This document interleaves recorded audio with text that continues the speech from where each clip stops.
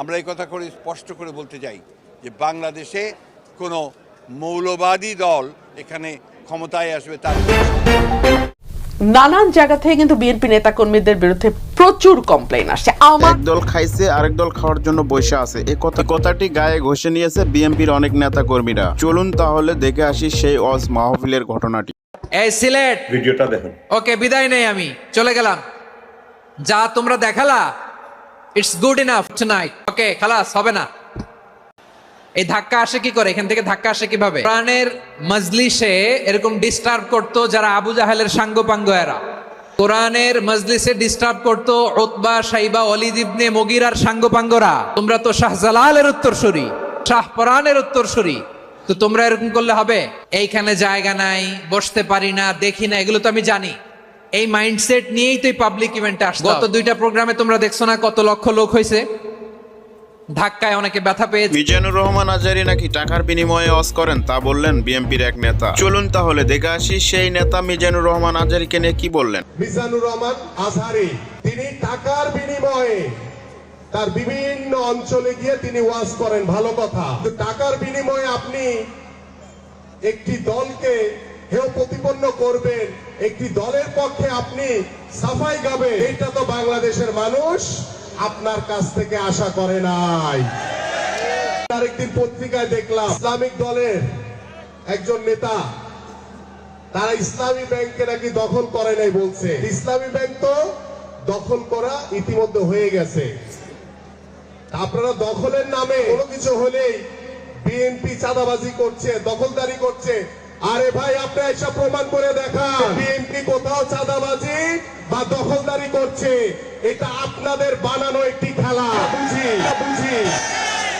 আমি দৃঢ়ভাবে বলতে চাই, বিএনপির ভারপ্রাপ্ত চেয়ারম্যান জনাব তারেক রহমানের নেতৃত্বে কোন নেতা কোন চাঁদাবাজি বাংলাদেশে কোন বিএনপির দখলদারি লুটতরাজ করার কোন সুযোগ নাই। যদি করে আমি আমিনুল্লাহ, বাংলাদেশের বহু মানুষ আছে এই রকম যারা এই ধরনের কার্যক্রমের সাথে জড়িত থাকবে।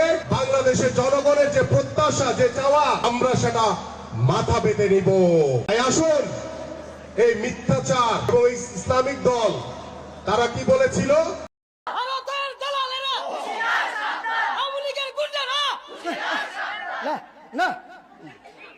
হেতারা কম সাবধান না, এবারে সাবধান করে আরো।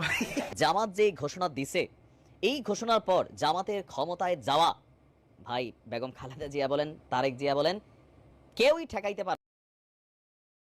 আমরা এই কথা করে স্পষ্ট করে বলতে চাই যে বাংলাদেশে কোনো মৌলবাদী দল এখানে ক্ষমতায় আসবে তার কোনো সম্ভাবনা নাই।